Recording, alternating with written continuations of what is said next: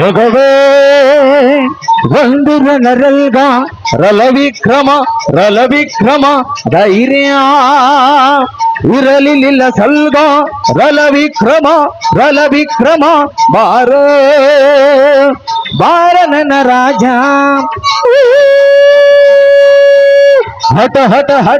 ಹಟ ಬಾಧಿ ಘಟ ಸರ್ಪ ಹಟ ಬಾಧಿ ಘಟ ಸರ್ಪ ನಾನು ತುಳಿದನಾಗ ನನಗೆ ಕ್ರೋಧ ನಿವೇದ ನಾನು ತುಳಿದನಾಗ ನನಗೆ ಕ್ರೋಧ ನಿವೇದ ಡೀಲ್ ಮಾಡದಿದ್ದೆಲ್ಲ ಪಿಲ್ಲ ರೌಡಿ ಜಮಲ್ ಯಾರ್ಯಾರ್ಗ ಆಗಲ್ಲ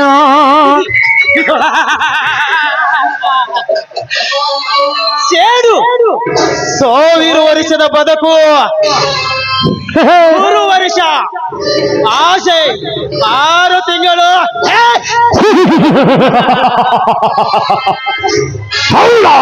ಈ ಗಜೇಂದ್ರನೆಂದರೆ ಈತನ ಸ್ಟೈಲೇ ಬೇರೆ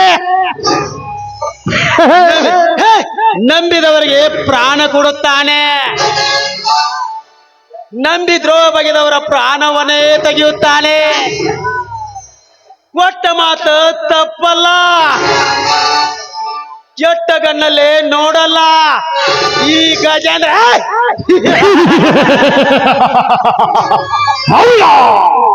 ಕಣ್ಣಿಟ್ಟ ಹೆಣ್ಣನ್ನು ಬಿಟ್ಟಿಲ್ಲ ಬಿಡುವ ಚಾನ್ಸೂ ಇಲ್ಲ ಇದೇ 100 ವಾಟ್ ಡೌನ್ ತಿಳಿಸುವ ಸಮಾಜಕ್ಕೆ ಮೊದಲನೆಯ ಸಂದೇಶ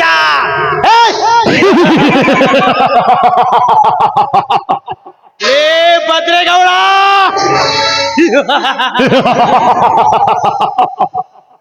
ನೀನು ನನ್ನ ಆತ್ಮ ಸ್ನೇಹಿತ ಅಲ್ಲದೆ ಈ ಊರಿಗೆ ನೀನು ಅಗರ್ಭ ಶ್ರೀಮಂತ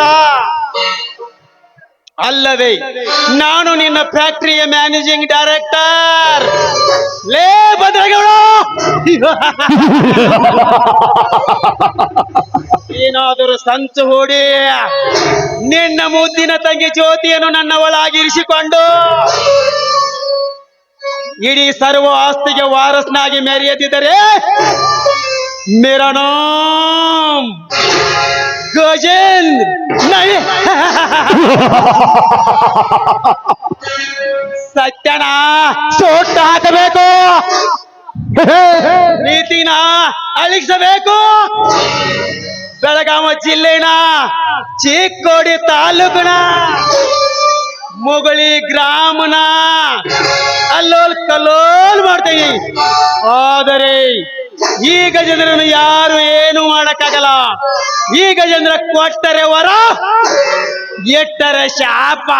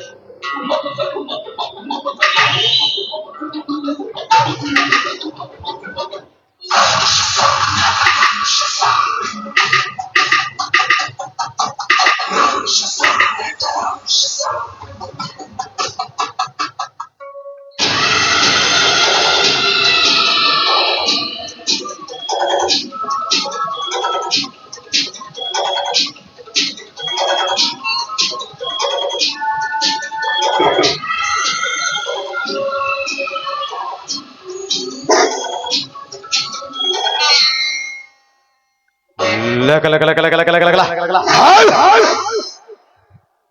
ಯದಾ ಯದಾ ಹಿ ಧರ್ಮಸ್ಯ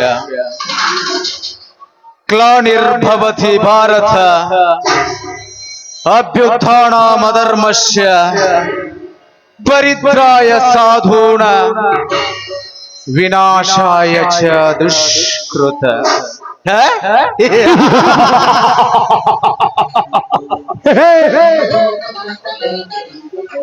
ಇದೇನಪ್ಪ ಖಳನಾಯಕನ ಬಾಯಲ್ಲಿ ಸಂಸ್ಕೃತವಾದ ಶ್ಲೋಕ ಬರ್ತಾ ಇದೆಯಂತ ಸಂಶಯ ಪಡ್ತಾ ಇದ್ದೀರಾ? ಇದರ ಅರ್ಥ ಏನ್ ಗೊತ್ತಾ? ಈ ಜಗದಲ್ಲಿ ಅನ್ಯಾಯದ ಅಟ್ಟಹಾಸ ಹೆಚ್ಚಾದಾಗ, ಅಧರ್ಮ ತಾಂಡವಾಡುತ್ತಿರುವಾಗ, ನಮ್ಮಂಥ ಕಾಳಧನಿಕರ ದಬ್ಬಾಳಿಕೆ ಹೆಚ್ಚಾದಾಗ ನಮ್ಮಂಥವ್ರನ್ನ ಮಟ್ಟ ಹಾಕೋದಕ್ಕೆ ಯಾವುದಾದ್ರೊಂದು ರೂಪದಲ್ಲಿ ಆ ದೇವರು ಹುಟ್ಟಿ ಬರ್ತಾನಂತ. ಆದ್ರೆ ಇದು ಕಲಿಯುಗ.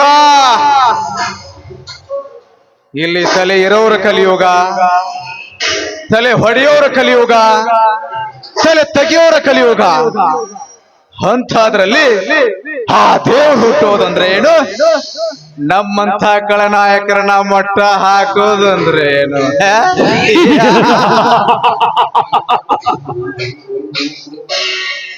ಯಾಕೆ ಇದೇ ಚುನಾವಣೆಯಲ್ಲಿ ನಿಮ್ಗೋಸ್ಕರ ನಿಮ್ಮ ಮುಸುಡಿನ ನೋಡಿ ಹೋಟ್ಗೆ 1500 ರೂಪಾಯಿ ಕೊಟ್ಟಿದೀವಲ್ಲ, ಹೆಂಗ ತೆಗಿಬೇಕ್ರಿಪ್ಪ? ಹೆಂಗ ತೆಗಿಬೇಕು? ಬಂಡವಾಳ ಹಾಕಿದೀವಂದ್ರ ಬಂಡವಾಳ ತಕೊಳಕ ಬೇಕ.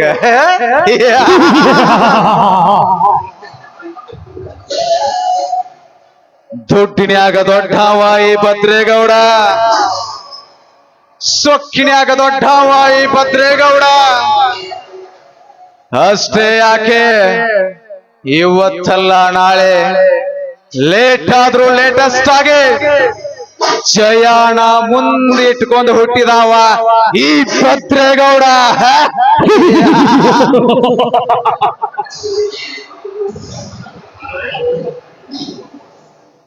ನಾಳೆ ಹುಟ್ಟು ಸೂರ್ಯನ ದಿಕ್ಕ ಬದಲಾಗಬಹುದು. ಈಗ ತಿರುಗ್ತಾ ಇರುವ ಭೂಮಿ ಚಲನೆ ನಿಂತು ಹೋಗಬಹುದು. ಆದ್ರ ಈ ಭದ್ರೇಗೌಡನ ಮಾತು ಬದಲಾಗಲ್ಲ.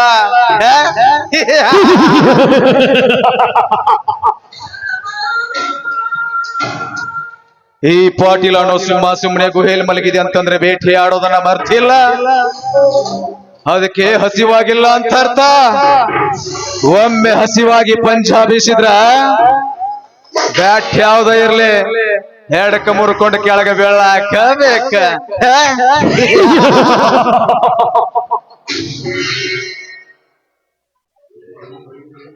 ಏ ರೇವಪ್ಪ, ರೇವಪ್ಪ,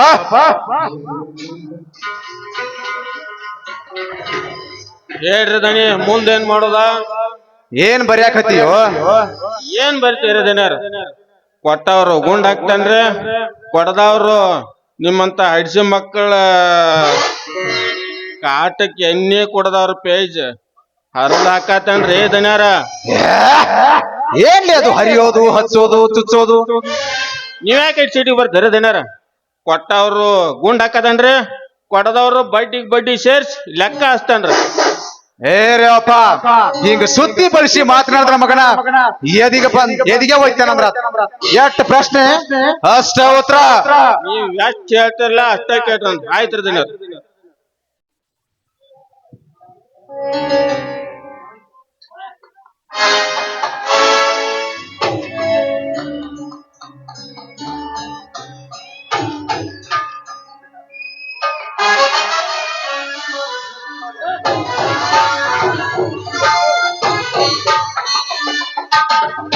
ಆತ್ಮೀಯ ಸಹೋದರ ಸಂಜು ಆಸದೆ ನನ್ನ ಕಲ್ಯಾಣ ಕಂಡು 501.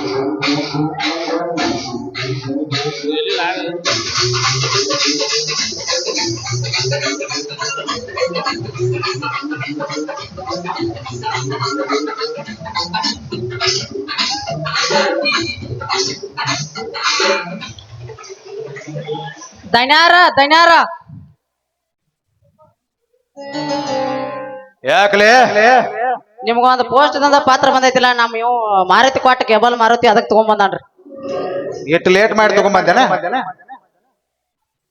ಯಾಕೆ ಬಾಳ್ ನಗಾದೇರಿ ಒಳಗಿನೊಳಗ ಪಾತ್ರದಾಗ ಏನೋ ಮರ್ಮ ಕಾಣದೈತ್ ನನಗ. ಇದೇ ಅಂಕ ಇದೆ. ಈ ಪತ್ರದಲ್ಲಿ ಸಂತೋಷದ ಮರ್ಮದ ನಗೆಣೆ ಇದೆ. ಅಂತದ್ ಯಾವ್ದೈತ್ರಿ ಪತ್ರದಾಗ ಸಂತೋಷ ಸುದ್ದಿ ಗೌಡ್ರ? ಅದೇ 22 ವರ್ಷಗಳ ಹಿಂದೆ ರಾಮಾಪುರದ ಕುಲಕರ್ಣಿಗೂ ನನಗೂ 500 ಎಕರೆ ಆಸ್ತಿ ವಿಷಯವಾಗಿ ಕೋರ್ಟ್ ನಲ್ಲಿ ಕೇಸ್ ನಡೀತಾ ಇತ್ತು. ಆ ಆಸ್ತಿ ಇವತ್ತು ನನ್ನ ಹೆಸರಿಗೆ ನೊಂದಣಿದೆ ಆಗಿದೆ ಅಂತ ಪತ್ರ ಬಂದಿದೆ. ಈ ಸಂತೋಷದ ವಿಷಯವನ್ನ ನನ್ನ ಆತ್ಮ ಸ್ನೇಹಿತ ಗಜೇಂದ್ರನಿಗೆ ತಿಳಿಸ್ಬೇಕು. ರೇವಪ್ಪ, ಆ ಗಜೇಂದ್ರನಿಗೆ ಒಂದು ಫೋನ್ ಮಾಡು. ಗೌಡ್ರು ಹೇಳಿದ್ದಾರೆ ಈಗಲೇ ಅರ್ಜೆಂಟ್ ಮನೆಗೆ ಬಾ ಅಂತ ಹೇಳು. ಆಯ್ತು ದನಾರ.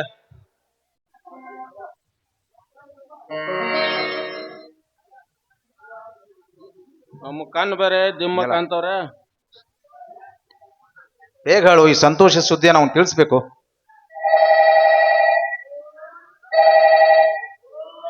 ಅಲ್ಲೋ ರೇ ಗಜೇಂದ್ರ ಸಾವ್ಕಾರನ್ರ, ನಾವ್ ಈ ಕಡೆ ಭದ್ರೇಗೌಡ ಪ್ರಿಯ ಮಾತಾಡೋದ್ರಿ.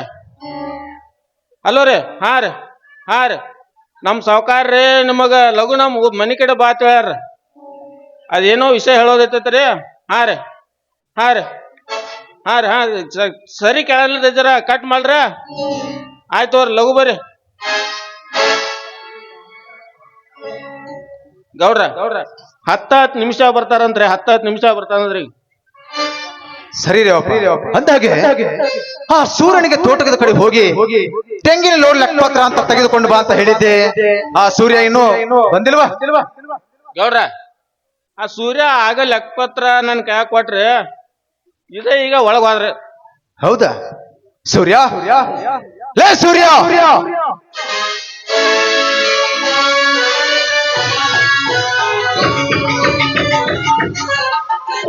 ಗೌಡ್ರೆ, ಯಾರನ್ನು ಮುಗಿಸ್ಬೇಕಂತ ಕ್ಷಣದಲ್ಲಿ ಅವರ ಜೀವವನ್ನು ಅಟ್ಟರಿಸಿ ಬರುತ್ತೇನೆ.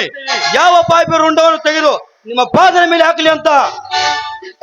ಸೂರ್ಯ, ಅದರ ಅವಶ್ಯಕತೆ ಈಗಿಲ್ಲ. ಸಮಯ ಬಂದಾಗ ಅದನ್ನ ನಾನೇ ನಿನಗೆ ಹೇಳ್ತೀನಿ. ಈಗ ನಾನು ಹೇಳುವ ಕೆಲವು ಕಂಡೀಷನ್ಗಳನ್ನ ನೀನು ಜ್ಞಾಪಕದಲ್ಲಿ ಇಟ್ಟುಕೊಂಡು ಬಹಳ ಜಾಣನಾಗಿ ಕೆಲಸ ಮಾಡಿ ಮುಗಿಸ್ಬೇಕು. ಗೌಡ್ರೆ, ಈ ಕ್ಷಣದಲ್ಲಿ ಆ ಕೆಲಸವನ್ನು ಮಾಡಿ ಮುಗಿಸುತ್ತೇನೆ. ನೋಡು ಸೂರ್ಯ, ಈ ಧರ್ಮದ ಊರಿನಲ್ಲಿ ನನಗೆ ಯಾವನಾದ್ರೂ ಎದುರಾಗಿ ಮಾತನಾಡಿದ್ರೆ ಅವನ ಕೈ ಕತ್ತರಿಸಾಕ್ಬೇಕು. ಅದು ಅಲ್ಲದೆ ನನ್ನ ಮನೆ ಹತ್ರ ಬಂದು ನನಗೆ ಯಾವನಾದ್ರೂ ಆವಾಜ್ ಹಾಕಿದ್ರೆ ಅಂತವನಿಗೆ ಹೇಳು, ಆ ನಮ್ಮ DR ಅಣ್ಣನಿಗೆ ಹೇಳು, ರೇಷನ್ ಅಕ್ಕಿ, ಗೋಧಿ, ಸಕ್ರಿ ಯಾವುದನ್ನು ಕೊಡಬೇಡ ಅಂತ ಹೇಳು. ನಾನು ಹೇಳಿದಿನ ಅಂತ ಹೇಳು. ಉಪವಾಸ ಸತ್ಯಾಗ್ರಹ ಮಾಡ್ಬೇಕು ಈ ಊರಲ್ಲಿ. ಕಂಡೀಷನ್ ನಂಬರ್ 3, ಇನ್ನು ನನ್ನ ಒಡ ಹುಟ್ಟಿದ ತಂಗಿ ಮೇಲೆ ಯಾವನಾದ್ರೂ ಕಣ್ಣು ಹಾಕಿದ್ರೆ ಅವನ ತಲೆನೆ ಕತ್ತರಿಸಾಕ್ಬಿಡು. ಈ ಎಲ್ಲಾ 3 ಕೆಲಸಗಳನ್ನ ಬಹಳ ಜಾಣನಾಗಿ ಮಾಡ್ಬೇಕು. ಯಾಕಂದ್ರೆ ಈ ಧರ್ಮದ ಊರಿನಲ್ಲಿ ದರ್ಬಾರ ನಡೆಸಬೇಕಾದ್ರೆ ಬಹಳ ಟೆಕ್ನಿಕ್ ಆಗಿರ್ಬೇಕು ಸೂರ್ಯ. ಗೌಡ್ರೆ, ಈ ಮುಗಿ ಊರಿಗೆ ಹೋಯ್ತ ಭದ್ರೇಗೌಡ ಬಲಗೈ ಬಾಂಟ ಅನ್ನ ಹತ್ತಾರೆ ಅಂತ ಅವನು ಅನ್ನ ತಿಂದ ಮನೆ ದ್ರೋಹ ಅಂದ್ರೆ ಬಗಿತಾನನ್ರಿ ಗೌಡ್ರ. ನಾನ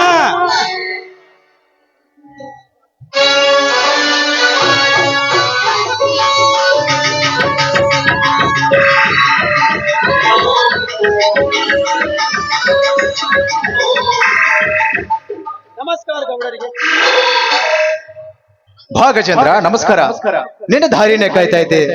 ಅದೇ ನಿನಗೊಂದು ಸಂತೋಷದ ಸುದ್ದಿಯನ್ನು ಹೇಳ್ಬೇಕಂತ. ಗೌಡ್ರೆ, ಫೋನ್ ಮಾಡಿ ಅರ್ಜೆಂಟ್ ಬಾ ಅಂತ ಹೇಳಿದ್ರೆ ಏನ್ ಕಾರಣ? ಅದೇ ಗಜೇಂದ್ರ, ಒಂದು ಸಂತೋಷದ ಸುದ್ದಿಯನ್ನ ನಿನಗೆ ಹೇಳ್ಬೇಕಂತ ನಾನೇ ಫೋನ್ ಮಾಡಿ ಕರೆಸಿದ್ದೆ. ಅಂತ ಸಂತೋಷದ ಸುದ್ದಿ ಯಾವುದು ಗೌಡ್ರೆ? ಅಂತ ಸಂತೋಷದ ಸುದ್ದಿ ಯಾವುದು?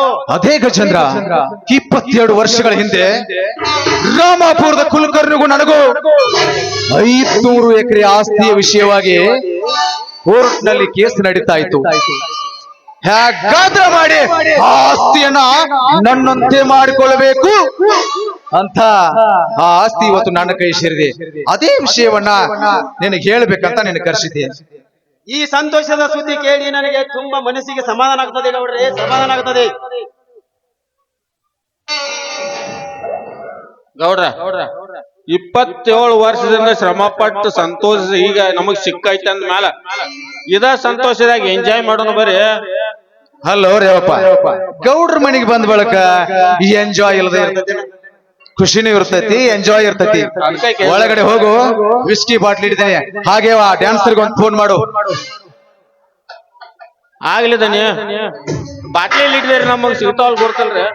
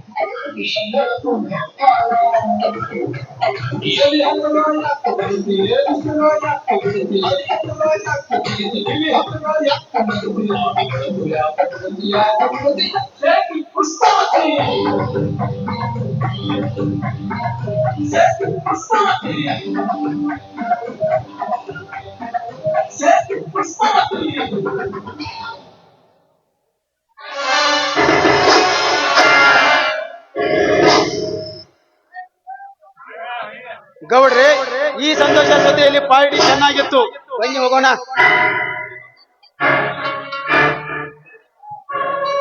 ಗೌಡ್ರ ಆಯ್ಕೆ ಒಂದು ಬೆಸ್ಟ್ ಆದ್ರೆ ಹಂಗ ನಾವು ಗುಡ್ಡದ ಹೊಲಕ್ಕೆ ಹೋಗಿ ಆಳ್ಗೊಳ್ ಲೆಕ್ಕ ಬರ್ಕೊಂಡ್ ಬರ್ತವ್ರಿ. ಮತ್ತ ತಾಡ್ದಾಗ ನೀರ್ ಹಸ ಕೇಳಿ ಬರ್ತೇನ್ರಿ. ಬಲ್ರಿ ಗೌಡ್ರ.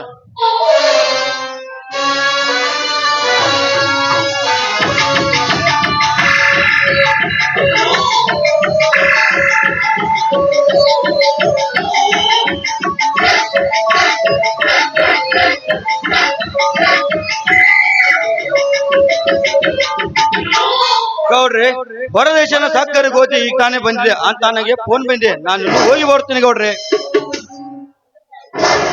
ಆಯ್ತು ಸೂರ್ಯ, ಹೋಗ್ಬಾ.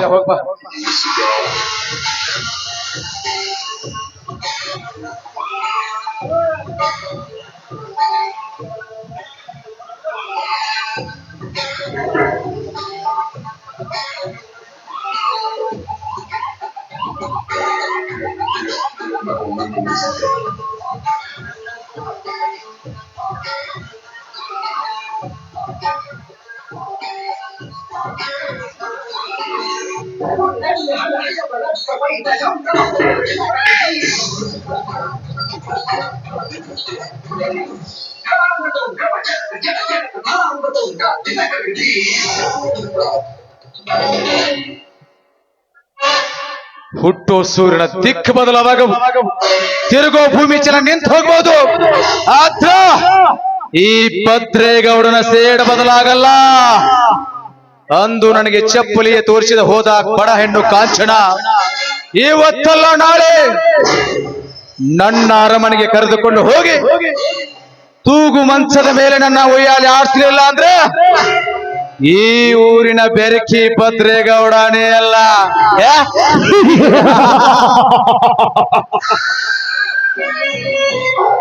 ಏ ಸೋಮಶೇಖರ, ತುತ್ತು ಕೂಳಿಗೆ ಗತಿ ಇಲ್ಲದೆ ಕಟ್ಟಿಗೆ ಕಡಿದು ಜೀವನ ಸಾಗಿಸುವ ನೀನೊಬ್ಬ ಅಲಮಾರಿ ಸೋಮ, ಈ ಗೌಡನ ತಂಟಿಗೆ ಬರ್ತೀಯಲ್ಲ ಮಗನ. ಈ ಭದ್ರೇಗೌಡ ಯಾರಂತ ನಿನಗೆ ತೋರಿಸ್ತೀನಿ.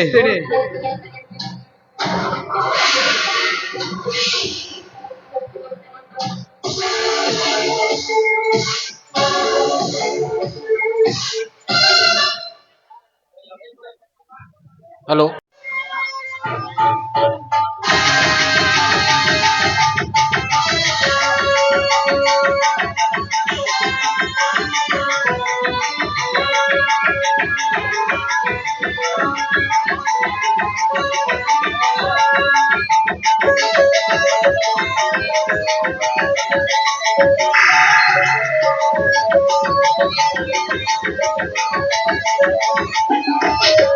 ಯಾರೋ ಕಣ್ಣಲ್ಲಿ ಕಣ್ಣನಿಟ್ಟು ಮನಸ್ಸಿನಲ್ಲಿ ಮನಸ್ಸನಿಟ್ಟು ನನ್ನ ಒಳಗಿನಾನೆ ನನ್ನ ಕದ್ದೋರ್ಯಾರು.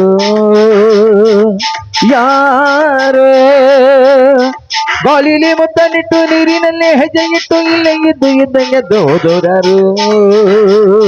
ಅವಳಾದ ಹುಡುಗಿ ನನ್ನ ಹುಡುಗಿ ಪ್ರೀತಿಸುತ್ತೀನಿ ಅಂತ ಹಾಡುತ್ತಾಳೆ. ಹತ್ತಿರ ಬರದೆ ದೂರನು ನಿಲ್ತು ಗುಂಡೆಗೆ ಚುಚ್ಚಿ ನನ್ನ ಕಾಡುತ್ತಾಳೆ. ಡೀಲು ಮಾಡದಿದ್ದರೆ ಪಿಲ್ಲ ರೌಡಿ ಜಮ್ಮಲ್ಗೆ ಯಾರಿಗಾರ್ಗೂ ಆಗಲ್ಲ. ರಥ ನೋಡ್ದೆ ನಾವು ನಿದ್ದೆ ಮಾಡಲ್ಲ. ಪ್ರೀತಿ ಪ್ರೇಮ ಪ್ರೇಮ ಪ್ರೀತಿ ಕೆಲಸಕ್ಕೆ ಬರಲ್ಲ.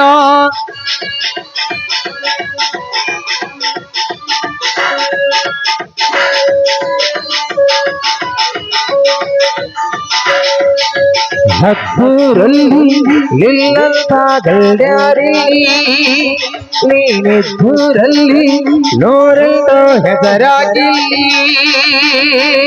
ತಂದನ ತಂದನ ಲಿಲ ಅಂದ ತಂದನ ದಂತನ ದಂತನ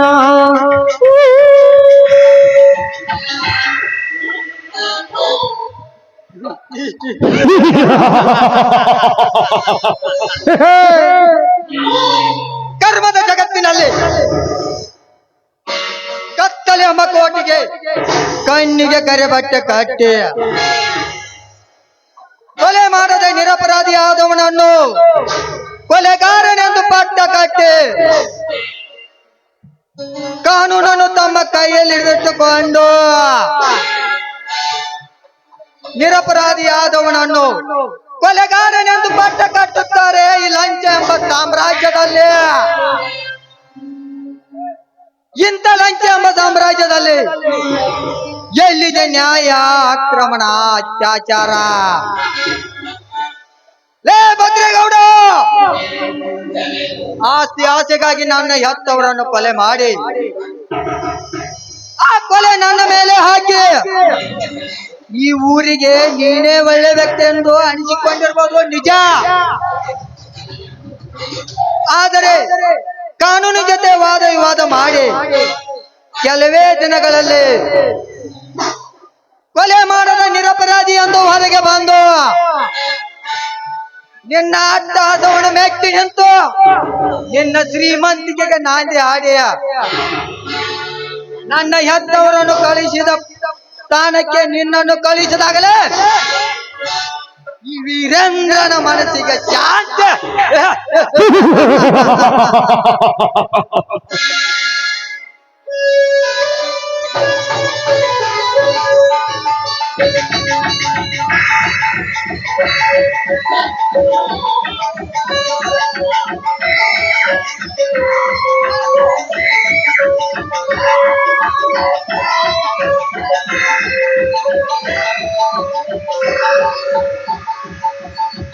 ತಗೊಳೆ